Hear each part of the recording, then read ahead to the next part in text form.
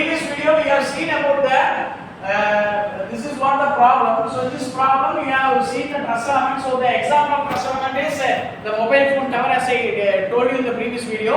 And in this video we are going to see the next step of this problem. So far we have seen how to make the nodes and how to make the x and y values. This is what we have seen. And today we are going to see that how to find direction cosine. So direction cosine you have to find for element number 1. So for example, for element number 1, we have to find the direction cosine. So in order to find the direction cosine, we have to know the length of the element. So that is length of the element number 1. So this is the length of the element number 1, which represents nodal point 1 and 2. So length of the element number 1, the formula is square root of x2 minus x1 the whole square plus y2 minus y1 the whole square. So if you apply this formula, you have to substitute the values. Here the x2 is minus 500 and the x1 is 0 the whole square plus y2 is 0, y1 is also 0 the whole square. So the length of the element number 1 is 500.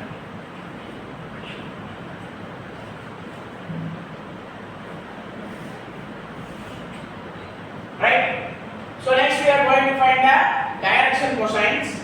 So direction cosines we have to find.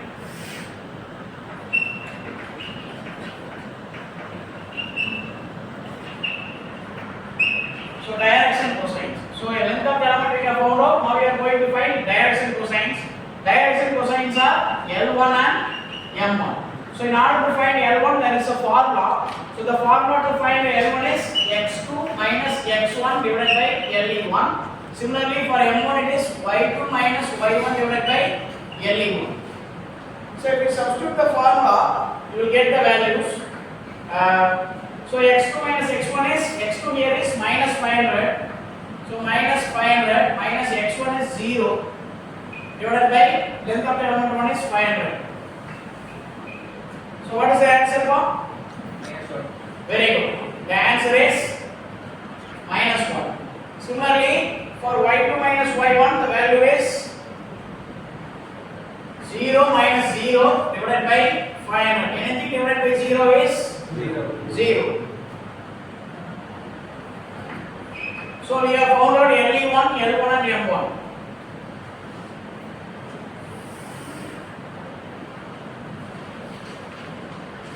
Similarly, we have to find the same procedure, we have to follow the same procedure for element number 2.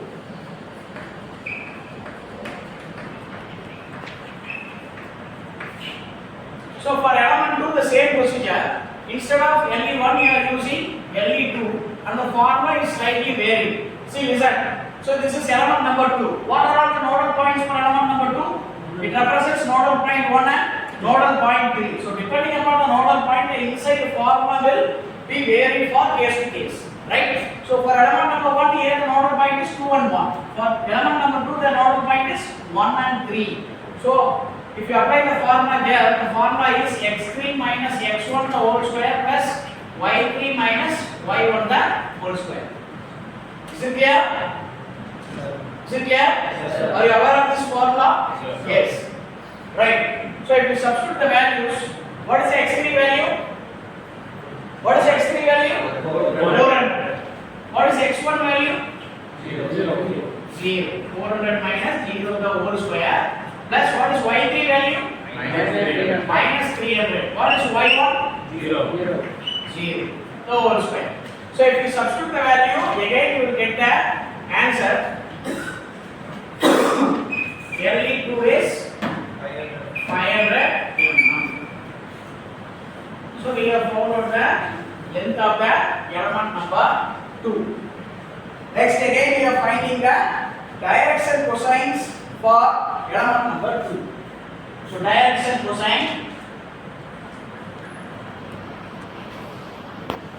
cosines for element number 2, that is L2 and M2. So for L2 the formula is x3 minus x1 divided by Le2.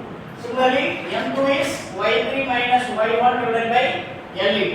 So if you substitute both, what is X3? What is X3 ma? What is X3? 400. What is X1? 0. 400 minus 0? 400. What is LE2? 500. So if you substitute the value, you will get, what is the answer ma? 0.8. Very good. 0.8. Similarly, Y3 minus Y1. What is Y3? Minus 300. What is Y1? 0. So minus 300 minus 0 divided by 500. So what is the value? Very good. Minus 0.6 is the value we are getting for M2. So this is the step number 2 in this problem. So we will see in the next class about the step number 3.